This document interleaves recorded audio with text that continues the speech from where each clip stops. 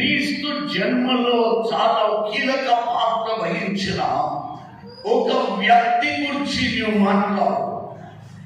చాలా పర్యాలు మనము సేవకురాలుగా ఎన్నో సంఘాలలో సేవ చేసి గొప్ప గొప్ప కార్యాలు సాధించి అయినా ఆ సంఘంలో మన పేరుండదు, మనను మర్చిపోతారు, మనకు ఎలాంటి గుర్తింపు ఉండదు, మనకు ఆ సంఘాలలో ఏమాత్రం కూడా మనను తలపోసుకునేటువంటి పరిస్థితులు కూడా ఉండనటువంటి మన జీవితాల్లో కొన్ని స్థలాలు లేకపోలేదు, కొన్ని సంఘాలు లేకపోలేదు.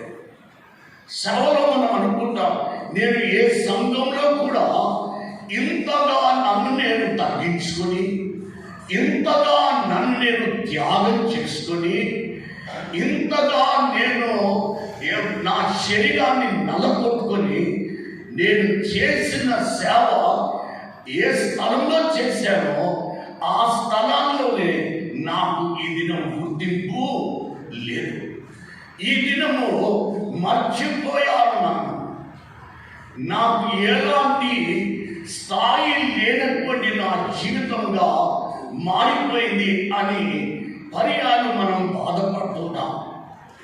బాధపడుతున్నటువంటి మన జీవితాలలో ఈ దినమున యేసు క్రీస్తు యొక్క జన్మలో కూడా ఒక బహు గొప్ప పాత్ర వహించిన ఒక వ్యక్తిని కూడా ప్రభు మనతో ఈ దినమున మాట్లాడి మనను ధైర్యపరచాలని, మనం స్ఫూర్తి కలిగించాలని దేవుడు ఆశిస్తున్నాం.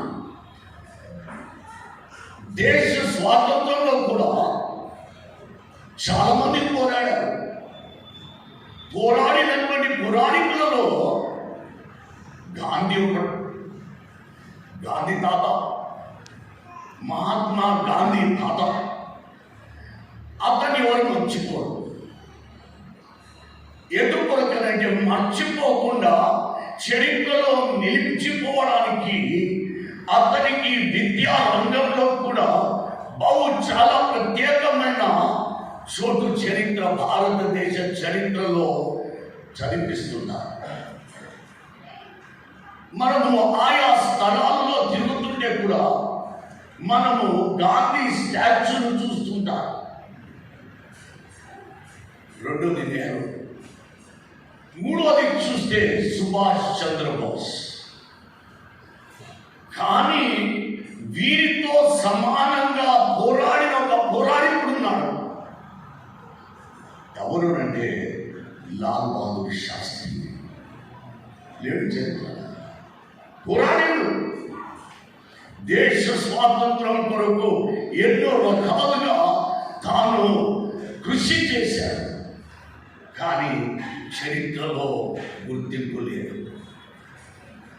యాత్రలో, భారతదేశ చరిత్ర యాత్రలో చెప్పుకోదగినటువంటి వ్యక్తిగా అతడు లేడు. అలాగే యేసు క్రీస్తు యొక్క జన్మలో కూడా ఎవరు కాదు, యేసు క్రీస్తు తండ్రి అయిన యేసువే. చూస్తే మనము తల్లి గురించి ఎన్నో పాటలు పాడతారు. పాటలలో కూడా తల్లి గురించి చెప్పుకుంటుంది, మరియమ్మ గురించి. యేసేపుకు కన్య మరియ పండుగ కూడా చేస్తాం, కానీ యేసేపు అడ్రస్ లేదు. వేదాంత శాస్త్రంలో కూడా చాలా మంది థీసిస్లు రాసినటువంటిది ఎవరి మీద అంటే మరియ మీద రాశారు, కానీ యేసేపు మీద అయిపోతా పాత్ర వహించలేదా యేసు స్వామి యొక్క జన్మలో? ఆయన చేసినటువంటి ఆయన యేసయ్య జన్మలో ఆయన కీలక పాత్రను వహించిన వాడు కాదా? అని మర్చిపోయాడు, గుర్తింపు లేదు. ఈ క్రిస్మస్ పండుగలో ఆ యేసేపును మనకు మన జీవితాలను ఆశీర్వదకరంగా చేయడానికి, మన జీవితాలలో దీవెనకరంగా కావడానికి ఆ యేసేపునే దేవుడు ఈ సంవత్సరము మనము తలపోసుకోవాలని దేవుడు ఆశపడుతున్నాడు. చూస్తే ఎవరు యేసేపు? యేసేపు పేరుకు అర్థము దేవుడు అధికము చేయును, గాడ్ ఇంక్రీజెస్. పేరు అలా ఉన్నది, కానీ చరిత్ర అలా ఉన్నది.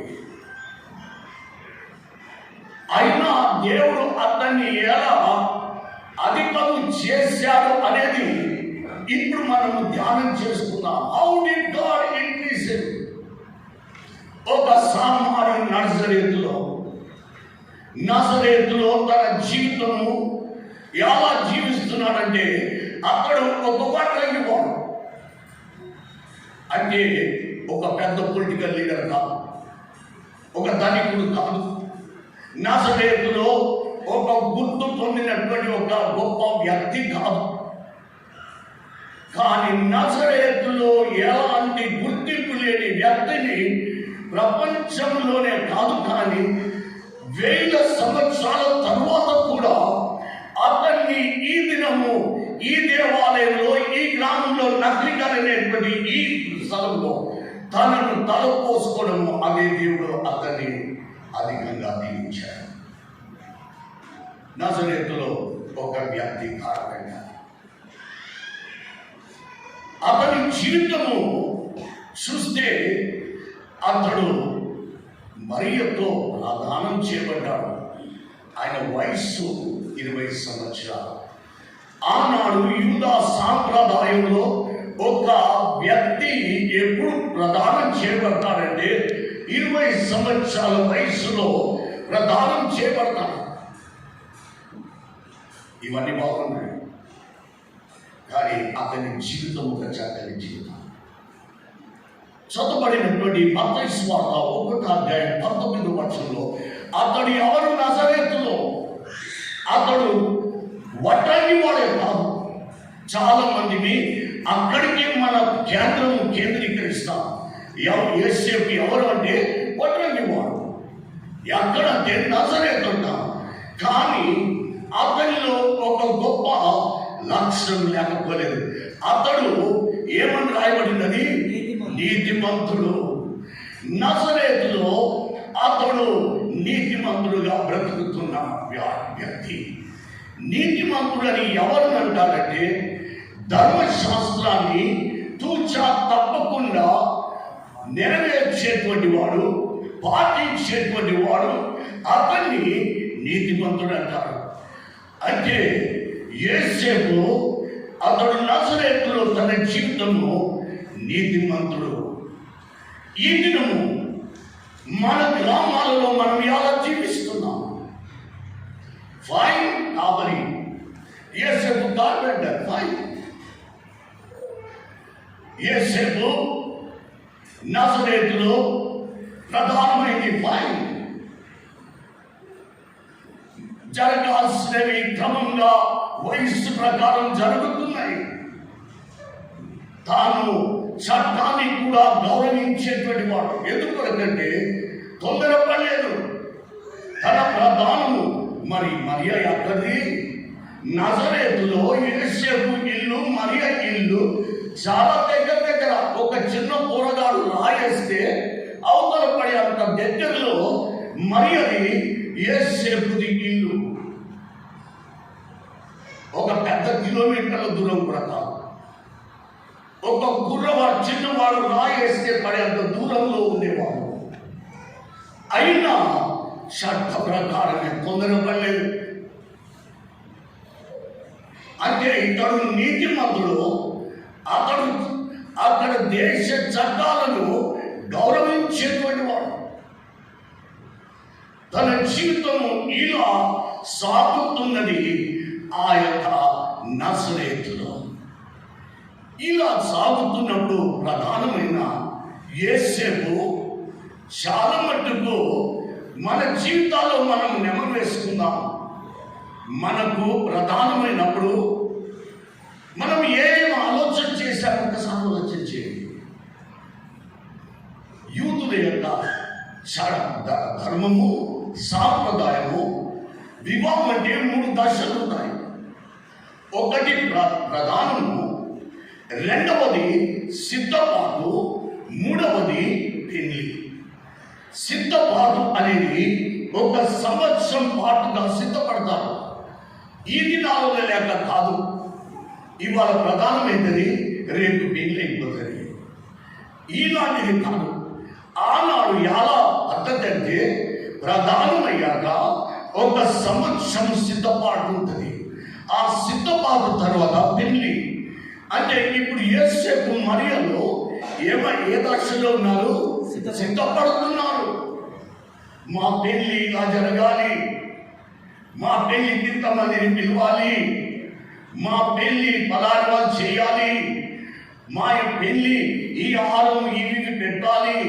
అంతేకాదు, పెళ్లి తరువాత మేము ఎలా జీవించాలి, మా జీవితం ఎలా ఉండాలి అని సిద్ధపడుతున్నటువంటి ఆ దశలో ఒక అనుకోని హఠాత్తుతో ఆయాసకరమైన సంఘటన యేసేపు జీవితంలో ఎదురైంది. ఊహించలేదు యేసేపు. చాలా పర్యాలు సేవకులారా, మన జీవితంలో కూడా మనము ఒక దశలో ప్రయాణం చేస్తున్న మన యాత్రలో అనుకోనటువంటివి మన జీవితాలలో ఎదురవుతుంటాయి. ఎదురవుతున్నటువంటి ఆదర్శలో యేసేపు జీవితాన్ని మనము మాదిరిగా పెట్టుకొని ధైర్యపరుచుకుందాం. మనం విధినంగా యేసేపు మరియతో ప్రదానం చేయబడ్డాడు.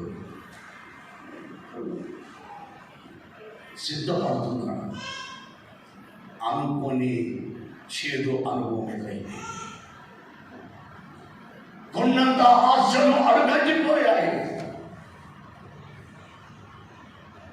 కోరికలు చెదిరిపోయాయి, కళ్ళన్నీ అడుగంటిపోయాయి. మరియను గర్భవతిగా చూడాలి. ఇది ఎవరు ఎక్స్పెక్టెడ్? మరియను ఎప్పుడు చూద్దాం అనుకున్నాడు గర్భవతిగా? పెళ్ళయ్యాక. కానీ పెళ్లి కాకముందే, ఎలాంటి శరీర సంబంధం లేకుండా ముందే ఆమెను గర్భవతి కావడం చూచి ఇక్కడ యేసేపును ఊహించుకున్నాను. నువ్వు నేనేం చేస్తామో యేసేపు కూడా అదే చేసేవచ్చు. You might have read.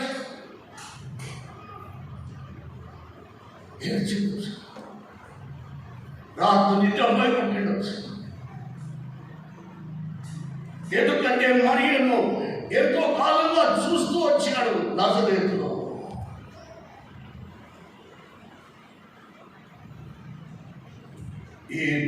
ఏమైనా ఆశించి కోరుకొని పెళ్లి చేసుకోవాలని ప్రదానం చేసుకున్న ఆమెను గర్భవతిగా చూడడం చాలా పోయారు. కలున్నారా? మీ అప్పుగా ప్రేమించేటువంటి పిల్లలు ఒక దినము మిమ్మల్ని కన్నీటిలో దించేస్తున్నారు. కొన్నంత ఆశలు పెట్టుకున్న కొడుకులకు వాళ్ళ వివాహం ఇలా చేయాలి, అలా చేయాలి, అలా ఉండాలి, ఇలా ఉండాలి అనుకుని ఎన్నో రకాలుగా ఆశించి మోసింది బిడ్డలను 9 నెలలే కడుపులో. కానీ వాళ్ళ పెళ్లి విషయమై హృదయాలలో సంవత్సరాలు మోసారు. కానీ హఠాత్తుగా కొడుకు తీసుకొచ్చేస్తాడు. అమ్మా ఇదిగో నీ కోడలని.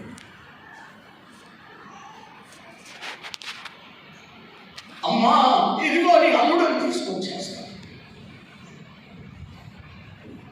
ఒక తల్లిగా ఎన్నడూ కూడా నీ జీవితంలో ఆ బిడ్డను మోసిన దినం నుండి అమ్మా ఇదిగో నీ అల్లుడని చెప్పేదాకా నీ బిడ్డ నీ జీవితంలో అనుకోలేదు.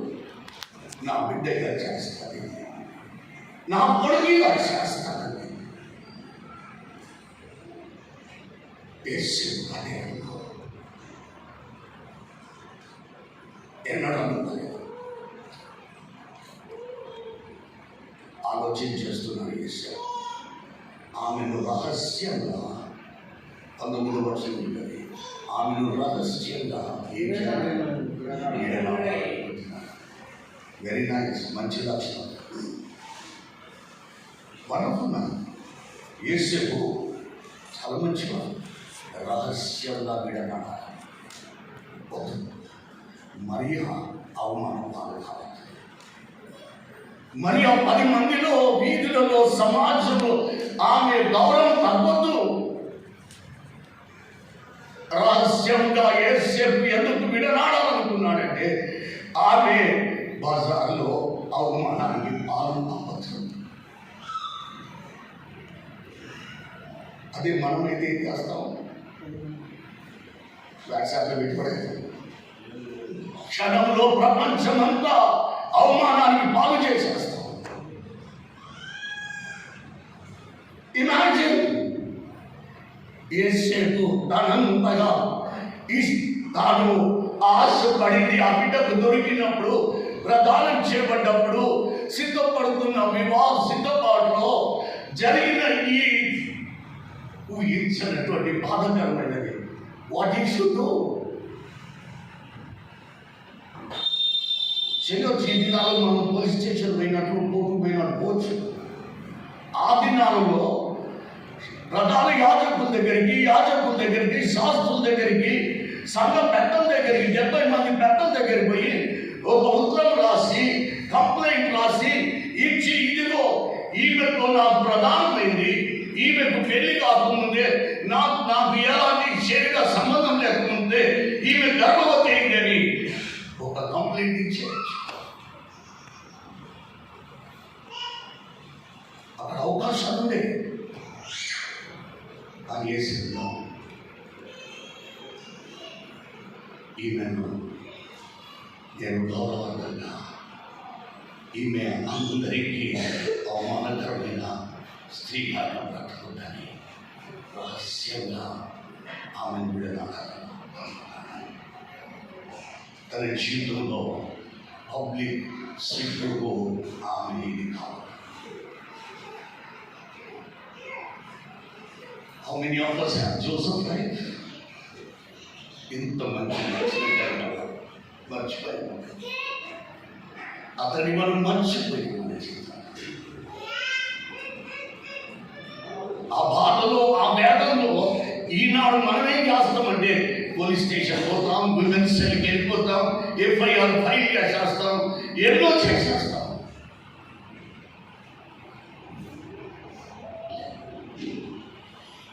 అయినా మరియను అవమానాన్ని, సమాజంలో అవమానాన్ని పాలు చేయగలం. నన్ను పక్కన పెడతారు.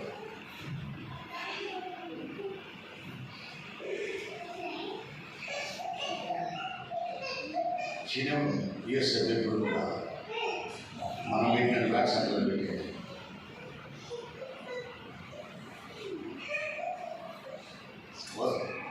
అవకాశం అంటే ఈనాడు వాట్సాప్, ఆనాడు ఇంకొక పద్ధతి. మరియా నేను రహస్యంగా ఆమెను తులనాలనుకున్నాను. ఇది మన జీవితంలో మనం నేర్చుకోవచ్చు. ఎంతమందిని యేసేపు నాకు మంచి మనసు, నేను నిరాశపరిచిన, నేను బాధ పెట్టిన, నీ కళలు చెదరగొట్టేసిన, నీ కోరికలన్నీ బద్దలు చేసిన, నేను ఎన్ని రకాలుగా బాధ పెట్టిన. You have a heart of Joseph.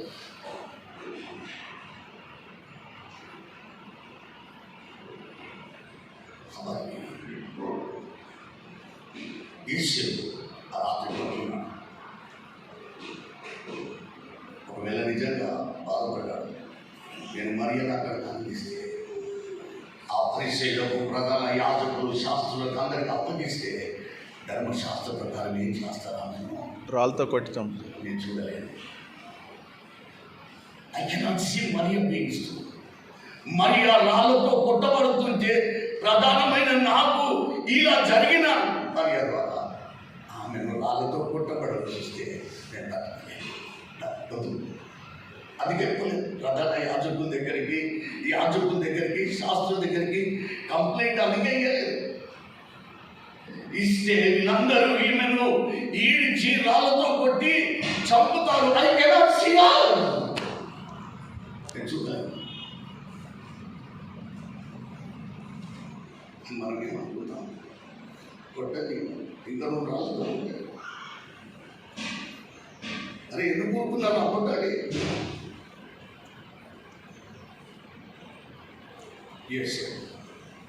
తన జీవితంలో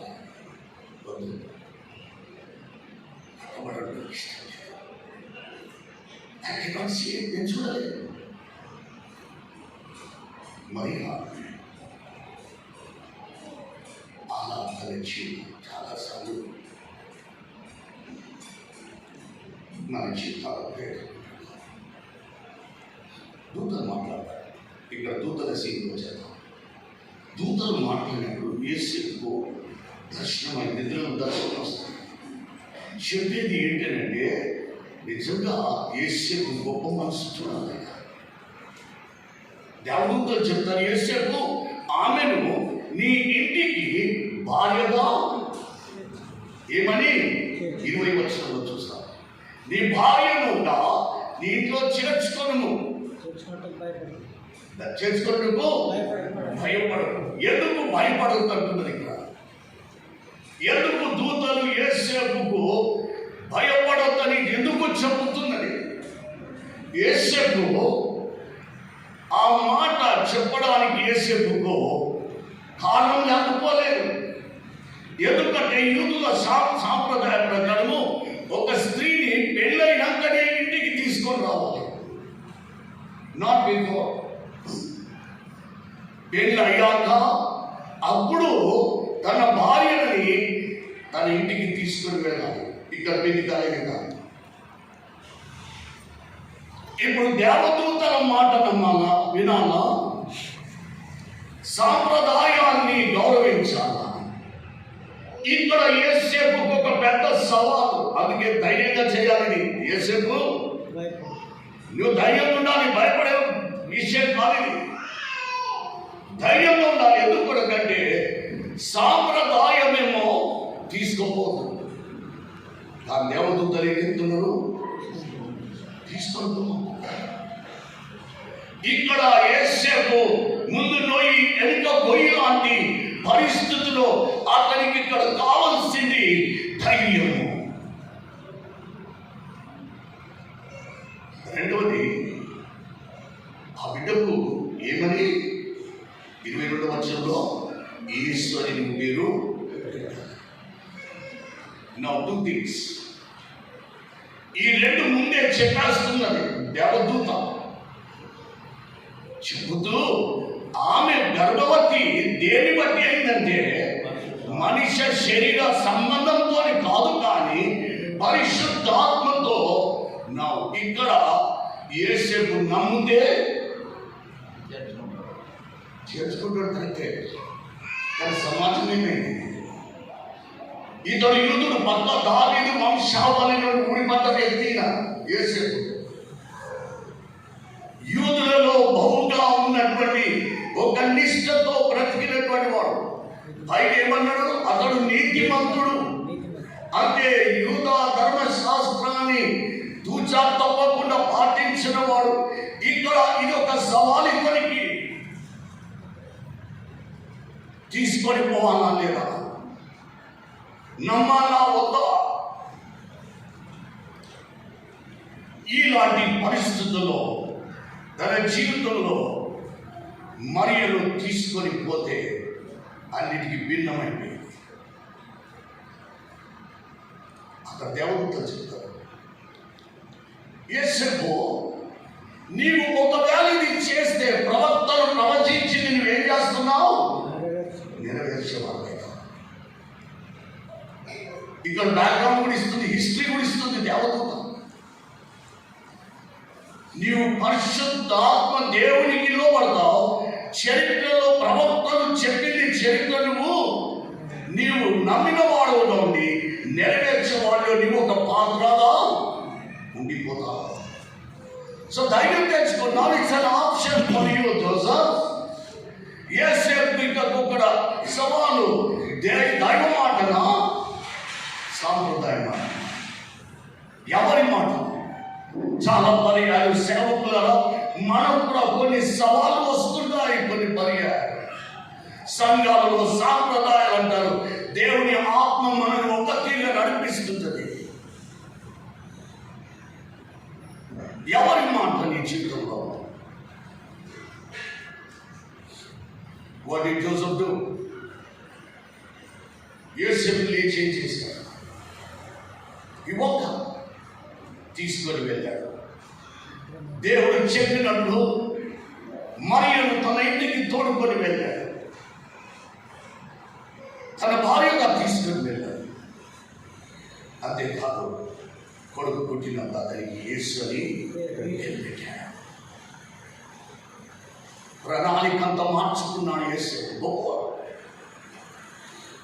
అతడు వేసుకున్న ప్రణాళిక అంతా కూడా దేవదూత చెప్పినప్పుడు, దైవ వర్తమానం విన్నప్పుడు తన ప్రణాళిక మార్చేసుకున్నాడు. ఏమనుకున్నాడు? ఆమెను దట్ వాజ్ హిస్ డెసిషన్. ఆయన ప్లాన్ అది. కానీ దైవ స్వరం విన్నప్పుడు తన ప్రణాళిక మార్చుకున్నాడు. సేవకులారా, మనకు కూడా ఎన్నో పర్యాలు సవాల్ ఇది. మనము ఒక తీరుగా ప్రణాళిక వేసుకున్నాం. మన జీవితాలలో కష్టాలు పెట్టిన వారికి, మనం అనుకున్నటువంటి వాటిని భిన్నంగా చేసిన వారికి, మనల్ని ఆయాసపరిచిన వారికి మనం ఎన్నో ప్రణాళికలు వేస్తాం. But here there is somewhere God's voice. Are we willing to change our plan? మన ప్రణాళికలు మార్చుకోవడానికి ఇష్టపడతాడు. యేసేపు మార్చుకోవడానికి ఇష్టపడ్డాడు. కాబట్టి అందుకొరకే అతడు ఎంతగానో ఇది అతను తీసుకుంటున్నాడు. ఇట్ ఇన్ వన్ సాంప్రదాయాలు కావున్నాడు. యేసు ప్రభుని పరిశుద్ధాత్మ ద్వారా గర్భవతిగా నాతో ప్రదానం చేయబడిన మరియకు ఆమె శిష్యుడు కాబోయేవాడు రక్షకుడని తాను దేవదూత చెప్పినప్పుడు నమ్మి అది చేయడానికి ఇష్టపడ్డాడు. తాను యేసుక్రీస్తు జన్మలో ఒక పాత్రుడుగా కావాలని ఆశపడ్డాడు. He didn't want to play హేరోదులో. అతడు హేరోదు పాత్ర వహించడానికి ఇష్టపడలేదు. కానీ క్రీస్తు జన్మలో ఒక పాత్రగా జన్మకు పూనుకొని సహాయపడేవాడిగా మిగిలిపోయాడు. He did not become an opposite. His obedience, విధేయత జీవితంలో నిజంగా విధేయత నీ జీవితానికి ఆశీర్వాదం. Be obedient to God's voice. నీ ప్లాన్స్ చేంజ్ చేసుకోవడం కూడా నువ్వు విధేయత చూస్తే ఒక విధేయుడుగా తన ప్లాన్ అంతా మార్చుకుని యేసేపు నేను ఒక విధేయుడుగా తాను ప్రదర్శించుకున్నాను. అంతేకాదు యేసేపు అక్కడ ఏమని చదువుకున్నాం మనము 19వ వచనంలో నీతిమంతులని చదువుకున్నాం. ఇప్పుడు మరియను చేర్చుకొని ఇంటికి తీసుకొని పోతే, ఆమె గర్భవతైన స్త్రీని ఇంటికి తీసుకొని పోతే ఏమనుంటారు సమాజం అంతా? యేసేపు ఇంతకాలం ఏం ప్రామాణ్యం యేసేపు, ఓ పైన పట్టాలము లోన పట్టాలం నీ బతుకు అని ఇష్టానుసారంగా నిందలు మోపే సమాజం లేదు. ఈనాడు కదా ఆనాడు ఉన్నది. చీలుని అంటే భయించుని అంటారు. అర్థం చేసుకోకుండానే జరిగింది ఏదనే సమయం ఇవ్వకముందే వేసి పడేస్తూనే ఉంటారు, కొడుతూనే ఉంటారు, మెసేజ్ కొడుతూనే ఉంటారు, వాట్సాప్. ఇక్కడ యేసేపు జీవితం కూడా అదే. అరే యేసేపు నీతిమంతుడుగా డ్రామా వేసావు, పెద్ద డ్రామా వేసావు నువ్వు. ప్రదానం చేసుకున్న మరియను అప్పుడే గర్భవతి చేశావా? ఎంత ద్రోహం చేశావు నువ్వు? ఇక ఇష్టం వచ్చిన నిందలు, ఇష్టం వచ్చిన రీతిగా అవమానము, ఇష్టం వచ్చినటువంటి రీతిగా మాటలు. అయినా యేసేపు లేదు. నేను దేవదూతల ద్వారా చెప్పబడిన దేవుని నడిపించేయబడ్డాను. ఈ నిందలేసినా, ఈ అవమానకరమైన మాటలు మాట్లాడాను. నన్ను ఏ రకంగా వేషధారి అని ముద్ర వేసినావా? నీవు ఇంతకాలం ఇలా బ్రతికావే, తూచా తప్పకుండా ధర్మశాస్త్రాన్ని నెరవేర్చుకుంటూ ఒక నీతిమంతుడని పేరు పొందిన యేసేపు ఎందుకు ఈ పని చేశాడు? యేసేపు అయినా నా దేవుడు ఈ రక్షకుడు ఈ లోకంలో జన్మించడానికి అవన్నీ నిర్ణయిస్తాను.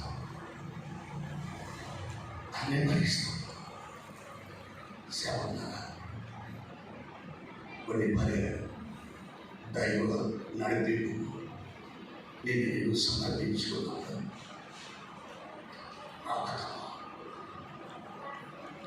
దేవుని మాటకు లోబడి బ్రతుకుతున్నప్పుడు ఆయా సక్రమైన మాటలు మన మీద కథలు సంగతం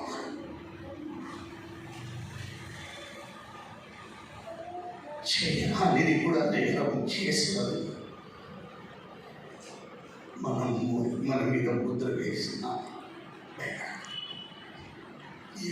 జ్ఞాపకం చేసుకుంటాం.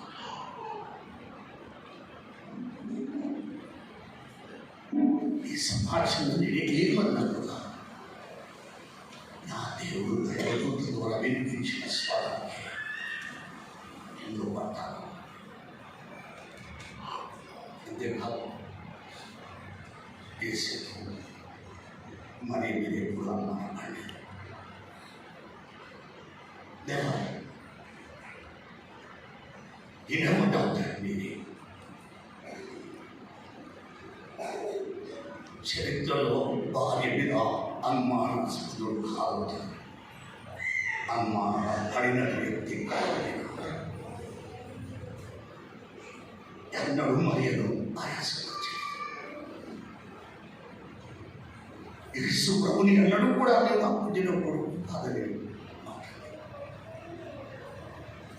మరియని ఇష్టానుసారంగా ఆయాసపరిచిన మాటలు మాట్లాడేవాడు కాదు. ఈ దినము 20 ఏళ్ళ తర్వాత కూడా ఇంకా భర్త మనపడుతుంది. ఎంతోమంది సంవత్సరాలైపోయిన పిల్లలు పెళ్ళిళ్ళ వయసుకు వచ్చిన ఇంకా అనుమానపడుతుంటారు. మరి సందేహిస్తున్నారు.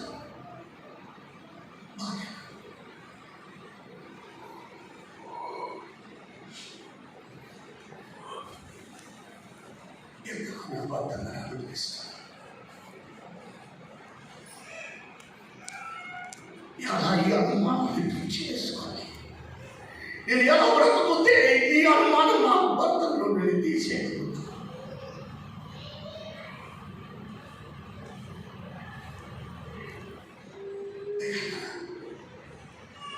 ఈ స్థితిలోకి మనసు మనం తెచ్చాము.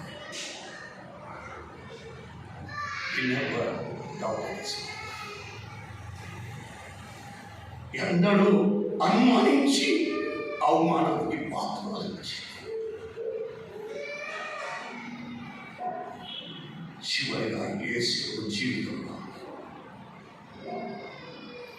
ఆయన మరియని అందరికీ కేంద్రంగా పెట్టాడు, తనని కేంద్రంగా చేసుకుని. ఈ దినము మరియ మీద ఎన్ని పాటలు రాయడానికి ఎవరు కారణపడండి? యేసే. ఆమె మీద ఎన్ని థీసిస్లు రాయడానికి ఎవరు అంటే యేసే కారణం. ఇంతగా ఆమె గురించి గొప్పగా మాట్లాడుకోవడానికి ఎవరు చాలించారు అంటే యేసే. నా భార్య ఫోకస్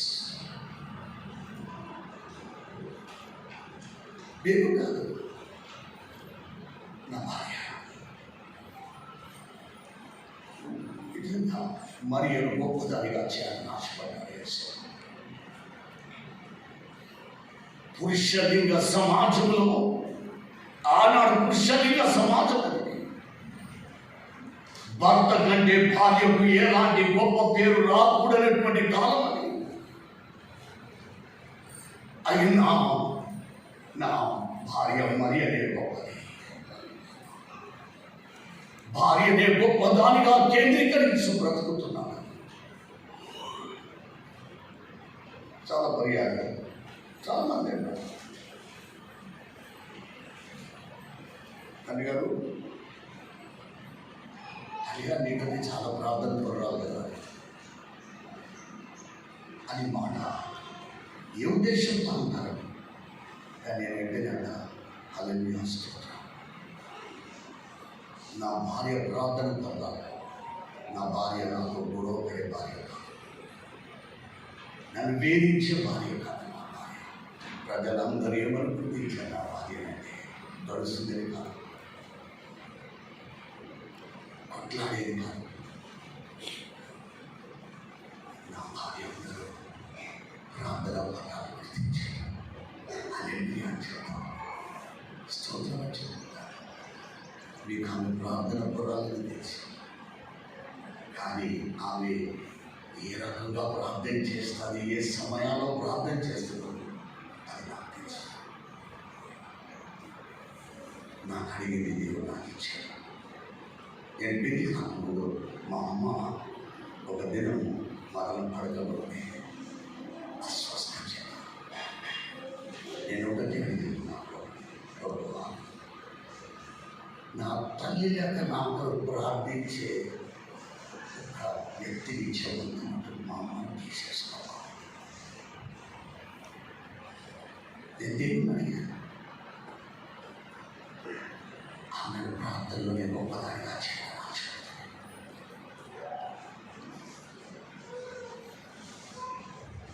మనసులో నన్ను నేను ఇచ్చేసుకున్నాను.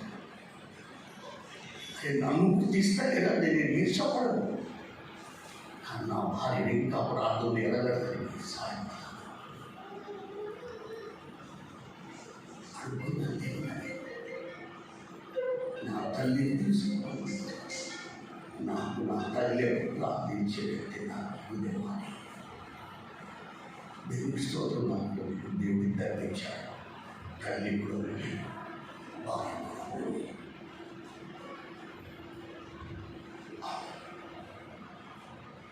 నీకంటే కొన్నిసార్లు చెప్తారు అయినారు, నీకంటే అమ్మగా బాగుంటుంది. హల్లెలూయా.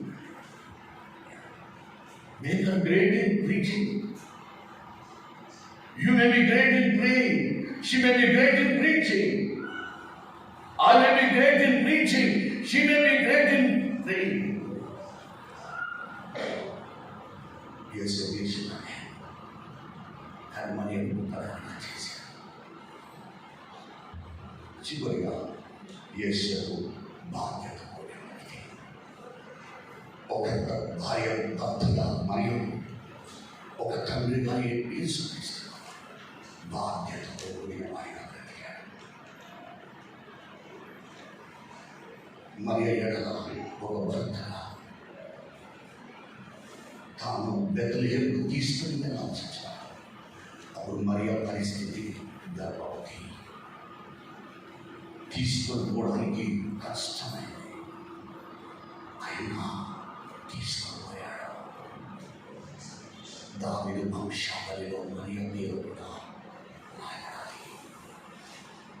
బాధ్యత భర్తగా సుదీర్ఘ ప్రయాణం కూడా మరియ ప్రసవించడానికి ఒక స్థలాన్ని వెతికాడు.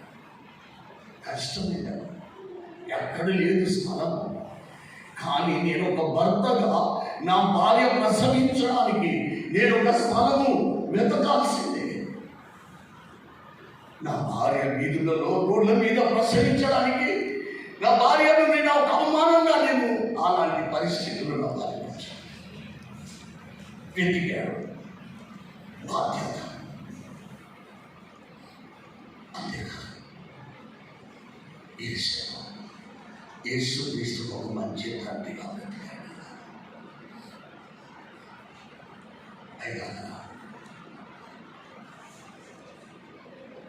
you a responsible husband?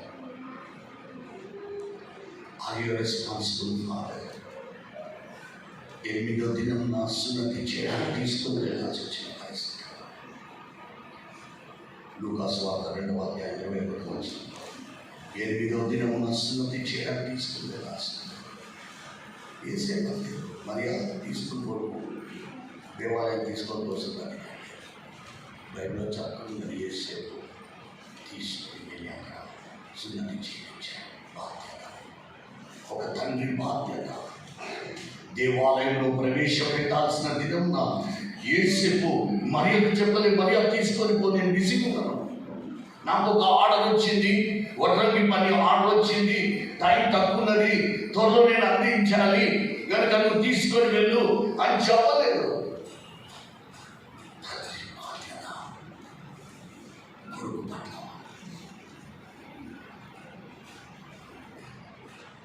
యేసు ప్రభువే మరియను ఒక బాధ్యత వహించి మా అన్న 2 రోజుల క్రితం మా తమ్ముడు ఒక చిన్న విషయాన్ని చెప్పాడు. వాళ్ళ చర్చిలో ఒక చిన్న పాప తన తండ్రితో చెప్పినటువంటి విషయం. రోజు తండ్రి అడుగుతుంటాడట, ఏమని? ఆదివారం కాదంటే బిడ్డ తయారుగా అని చెప్పాడు. బిడ్డ ఎంతో ఆశపడి బిడ్డ వాళ్ళ మమ్మీ తయారయ్యింది, అందరూ తయారయ్యింది. డాడీ కారులో తీసుకెళ్ళి వాళ్ళ చర్చ్ దగ్గర ఆదివారం చర్చ్ దగ్గర డ్రాప్ చేస్తారు. చేశాక మళ్ళీ చర్చ్ అయిపోకముందే అతడు చర్చ్ దగ్గర వచ్చి ఉంటాడు. అడిగింది కొన్ని వారాల తర్వాత అడిగింది, డాడీ నువ్వు ప్రతి ఆదివారం నన్ను డ్రాప్ చేసి ఎక్కడికి వెళ్తావు డాడీ అని అంటే, బిడ్డ నువ్వు డ్రాప్ చేసి నేను వారానికి కావాల్సిన సరుకులన్నీ కొనుక్కొస్తాను, అందులో చర్చ అయిపోతుంది, మీతో కలిసి మిమ్మల్ని తీసుకుని వస్తాను, మళ్ళీ ఇంటికి తీసుకుంటాను.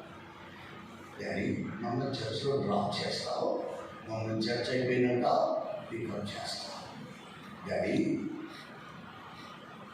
మా daddy you are not a taxi driver, you taxi driver కాదు, డ్రాప్ చేసి పికప్ చేసుకునేవాడు. You are my father. Daddy, యేసుతో ఉన్నట్లు డ్రాప్ చేసుకున్నది డాడీ.